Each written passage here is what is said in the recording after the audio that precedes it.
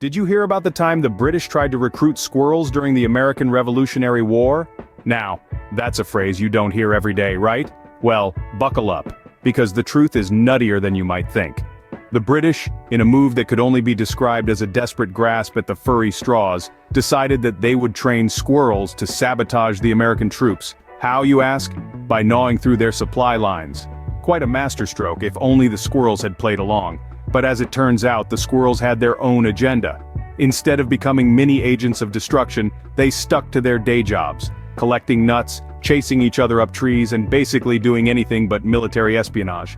Meanwhile, while the British were busy trying to wrangle their squirrel army, the Americans were making significant strides in winning the war. So, remember, when it comes to military strategy, keep the squirrels out of it. Did you know that in ancient Rome a sip of wine could cost you your marriage? Yes, indeed. Back in the day, Roman husbands had the legal right to divorce their wives if they were caught indulging in a glass of vino. You could say it was a grape-flavored deal-breaker. But why was wine such a big no-no for Roman women? Well, wine was seen as more than just a drink.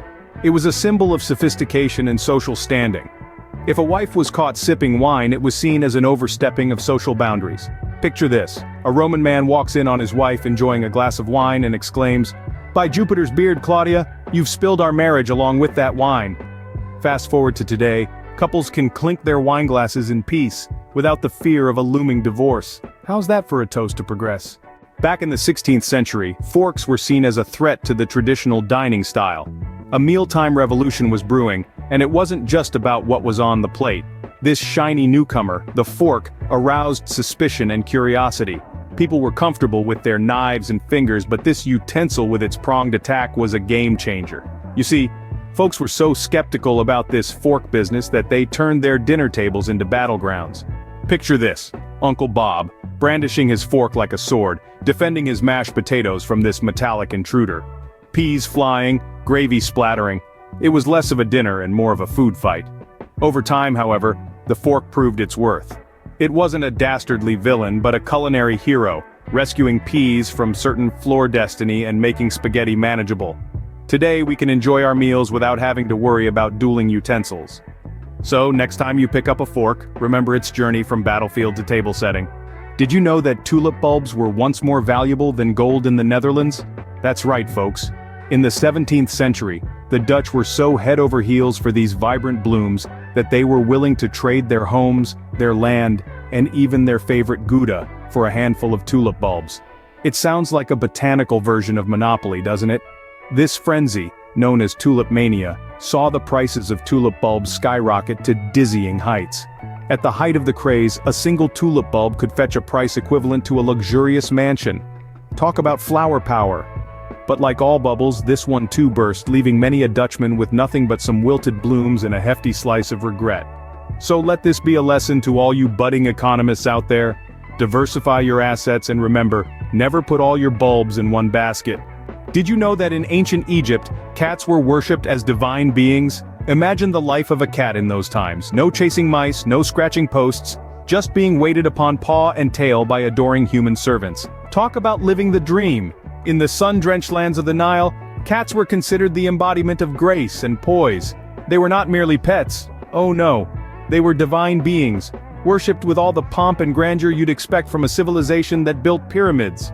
The Egyptians believed that these furry creatures held the power to bring good luck and prosperity, a kind of ancient Egyptian feng shui, if you will, but with more purring and less rearranging of furniture. Now why did they think so highly of cats, you ask? Well, these feline creatures were associated with the goddess Bastet, who was the deity of home, fertility, and childbirth. So having a cat in your home was like having a direct hotline to the goddess herself. Who needs a rabbit's foot when you've got a whole cat, right? The Egyptians loved their cats so much that they even made laws to protect them. Harming a cat, even accidentally, was considered a grave crime. Think about that next time you accidentally step on your cat's tail. And when a cat died, it was mourned like a family member.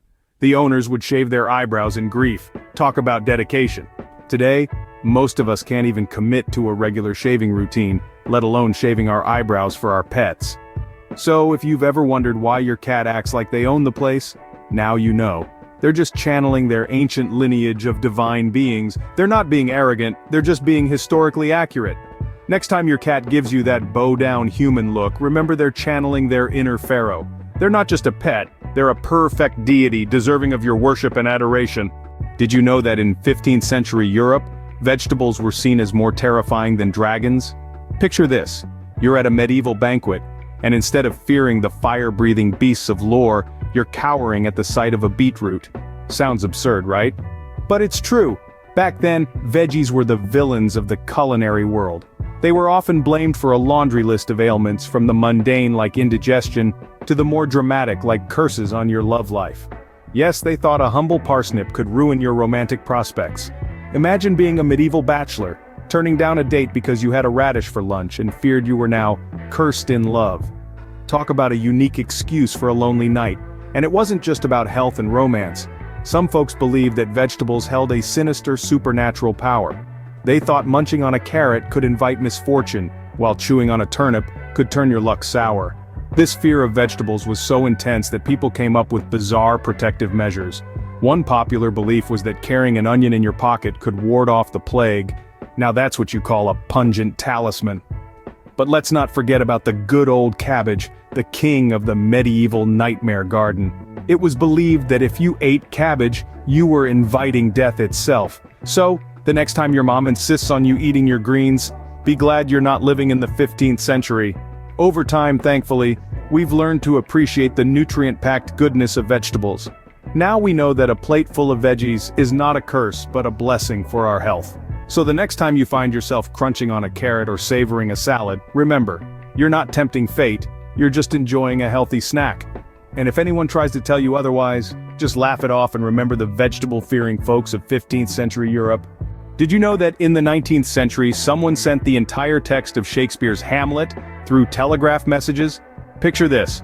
The telegraph, the hottest tech of the century, had just been introduced. And while most people were using it for messages like, "Stop! Send more socks! Stop!" one audacious soul decided to up the ante. Now, telegraph messages weren't exactly cheap. They were charged by the word, and you can bet your last penny that Hamlet has more than a few of those. So, you can imagine the telegraph operator's face when he started receiving this epic. To be or not to be, more like, to stop or not to stop. The poor operator probably thought it was a prank, but no, this wasn't an episode of Punk'd. This was a full-blown Shakespearean spectacle, delivered one Morse code at a time. It was like the world's first spam mail, but instead of dubious offers from distant royalty, it was a dose of English literature. And just think about the recipient. 1 minute they're waiting for a simple message, the next they're knee-deep in Hamlet's existential crisis. It's like ordering a cup of coffee and getting a 5-course meal.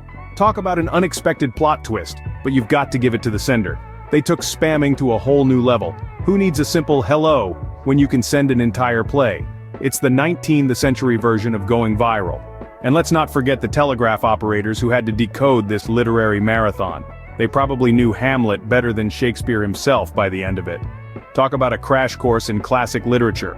So if you're planning to spam someone's inbox, at least make it worth their while with some classic literature. After all, nothing says "I care" like a 5-act tragedy in Morse code.